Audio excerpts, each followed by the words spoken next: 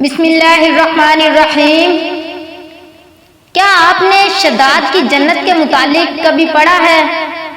نہیں تو آئیے آپ کو آج شداد کی جنت کے متعلق کچھ دلچسپ و عجیب بتاتے ہیں۔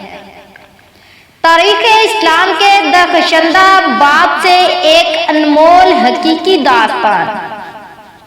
قوم ارم۔ ان لوگوں کا تعلق قوم عاد سے تھا اور وہ ارم نام کی بستی کے رہنے والے تھے۔ وہ بستی بڑے بڑے ستونوں والی تھی۔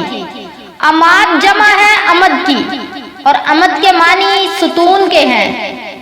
عاد کے نام سے دو قومیں گزری ہیں، ایک کو عاد قدیمہ یا عاد ارم کہتے ہیں۔ یہ عاد بن اوس بن ارم بن سام بن نوح علیہ السلام کی اولاد میں سے تھے۔ ان کے دادا کی طرف منسوب کر کے ان کو عاد ارم بھی کہا جاتا ہے۔ اپنے شہر کا نام بھی انہوں نے اپنے دادا کے نام پر رکھا تھا۔ ان کا وطن عدن سے متصل تھا۔ ان کی طرف حضرت ہود علیہ السلام مبعوث کیے گئے تھے، لیکن قوم عاد کی بدعمالیوں کے سبب جب انہیں تباہ کر دیا گیا تو حضرت ہود علیہ السلام حضرت موت کی طرف مراجعت کر گئے۔ ان کی رہائش احقاف کے علاقے میں تھی۔ حضرت ہود علیہ السلام کی وفات یہیں پر ہوئی۔ احقاف میں بسنے والی اس قوم نے بہت ترقی کی۔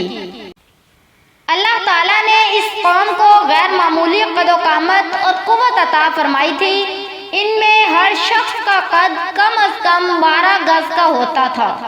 طاقت کا یہ حال تھا کہ بڑے سے بڑا پتھر جس کو کئی آدمی مل کر بھی نہ اٹھا سکے، ان کا ایک آدمی ایک ہاتھ سے اٹھا کر پھینک دیتا تھا۔ یہ لوگ طاقت و قوت کے بل بوتے پر پورے یمن پر قابض ہو گئے۔ دو بادشاہ خاص طور پر ان میں بہت جہو جلال والے ہوئے۔ وہ دونوں بھائی تھے۔ ایک کا نام شدید تھا جو بڑا تھا، دوسرے کا نام شداد تھا جو اس کے بعد تخت نشین ہوا۔ یہ دونوں وسیع علاقے پر قابض ہو گئے اور بے شمار لشکر و خزانے انہوں نے جمع کر لیے تھے۔ عاد ارم کا قصہ۔ شداد نے اپنے بھائی شدید کے بعد سلطنت کی رونق و کمال کو عروج تک پہنچایا۔ دنیا کے کئی بادشاہ اس کے بعد گزار تھے۔ اس دور میں کسی بادشاہ میں اتنی جرأت و طاقت نہیں تھی کہ اس کا مقابلہ کر سکے۔ اس تسلط اور غلبہ نے اس کو اتنا مغرور و متکبر کر دیا کہ اس نے خدائی کا دعویٰ کر دیا۔ نعوذ باللہ۔ اس وقت کے علماء و مصلحین نے جو سابقہ انبیاء کے علوم کے وارث تھے اسے سمجھایا اور اللہ کے عذاب سے ڈرایا تو وہ کہنے لگا، جو حکومت و دولت اور عزت اس کو اب حاصل ہے، اس سے زیادہ اللہ تعالیٰ کی عبادت کرنے سے کیا حاصل ہوگا؟ استغفر اللہ۔ جو کوئی کسی کی خدمت و اطاعت کرتا ہے یا تو عزت و منصب کی ترقی کے لیے کرتا ہے یا دولت کے لیے کرتا ہے۔ مجھے تو یہ سب کچھ حاصل ہے، مجھے کیا ضرورت کہ میں کسی کی عبادت کروں؟ حضرت ہود علیہ السلام نے بھی اسے سمجھانے کی کوشش کی لیکن بے سود۔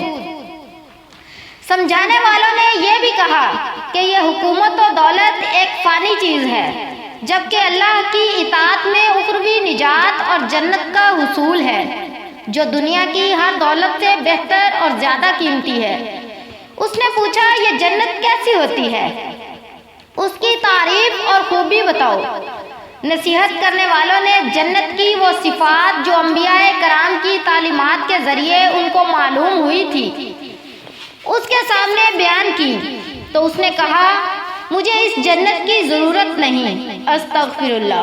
ایسی جنت تو میں خود دنیا ہی میں بنا سکتا ہوں۔ استغفر اللہ۔ شداد کی جنت۔ چنانچہ اس نے اپنے افسروں میں سے 100 معتبر افراد کو بلایا، ہر ایک کو 1000 آدمیوں پر مقرر کیا اور تعمیر کے سلسلے میں ان سب کو اپنا نقطۂ نظر اور پسند سمجھا دی۔ اس کے بعد پوری دنیا میں اس کام کے ماہرین کو عدن بھجوانے کا حکم دیا۔ علاوہ ازیں اپنی قلمرو میں سب سے حکمرانوں کو یہ حکم دیا کہ سونے چاندی کی کانوں سے اینٹیں بنوا کر بھیجیں اور کوہ عدن کے متصل ایک مربع شہر جنت جو 10 کوس چوڑا اور 10 کوس لمبا ہو بنانے کا حکم دیا۔ اس کی بنیادیں اتنی گہری کھدوائی کہ پانی کے قریب پہنچا دی، پھر ان بنیادوں کو سنگ سلیمانی سے بھروا دیا۔ جب بنیادیں بھر کر زمین کے برابر ہو گئیں تو ان پر سونے چاندی کی اینٹوں کی دیواریں چنی گئیں۔ ان دیواروں کی بلندی اس زمانے کے گز کے حساب سے 100 گز مقرر کی گئی۔ جب سورج نکلتا تو اس کی چمک سے دیواروں پر نگاہ نہیں ٹھہرتی تھی۔ یوں شہر کی 4 دیواری بنائی گئی۔ اس کے بعد 4 دیواری کے اندر 1000 محل تعمیر کیے گئے۔ ہر محل 1000 ستونوں والا تھا اور ہر ستون جواہرات سے جڑاؤ کیا ہوا تھا۔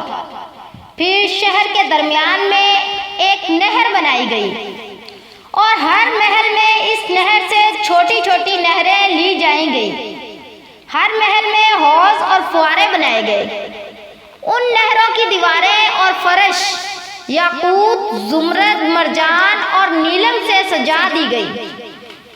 نہروں کے کناروں پر ایسے مصنوعی درخت بنائے گئے جن کی جڑیں سونے کی، شاخیں اور پتے زمرد کے تھے۔